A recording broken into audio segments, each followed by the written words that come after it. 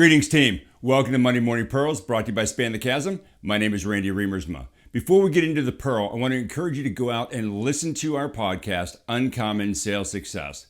It's a compilation of interviews with sales leaders across the space, some great learnings in here. Why does it matter to you? Because there's very practical and immediately actionable advice that's going to come out of these things. Learnings from mistakes, best practices we're seeing playing out in the field, stuff that's going to help you be more successful immediately. Where do you go get them?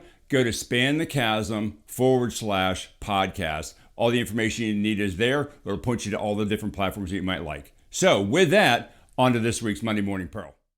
Holy cow, I can't tell you how often I get the following statement from sales leadership and the C-suite. And that is, Ken, we got a problem with our sales team. And I say, really, what is that? They can't close to save their lives. Now, the interesting thing about that problem is when you diagnose it the way we're about to, that's the most ludicrous statement that most people can make. Because a closing problem is not a closing problem. It's a value development problem. It's a training problem. It's a methodology problem.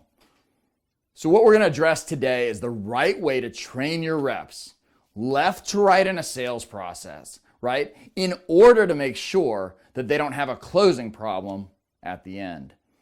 So here's what we're going to do. We're going to talk about a couple things. One is you have to train reps from left to right. Now, what we mean by left to right is from the start to the finish. They have to be great prospectors or great at generating pipeline before they can be great at a first meeting. Now, why is that? Because if you don't generate any pipeline and you don't get any new customers, then you never have any first meetings, and it doesn't matter how great you are at first meetings, right? Repetition is going to make them better at each thing they do. So let's get them to be awesome at pipeline generation first.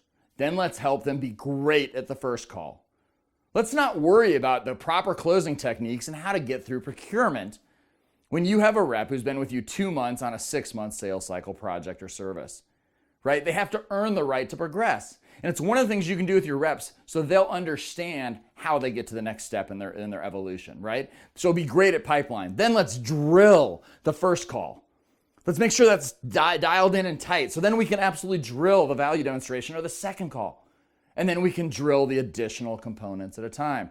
Because the better we are at each area on the front end, the more opportunities will progress and be more highly qualified as we move through the sales process. I mean, let's be honest, right? There's no point in being a great closer if you can't get first and second meetings. You've got to be able to get in front of clients first. You've got to be able to have a great first meeting. You've got to be able to have a great second meeting. Closing techniques are just simply what people use to prey on people who think that's the only thing they need to solve all of their sales woes, right? So understand it's not a closing problem, right? It's a value development problem. It's the ability to proceed and progress earlier on.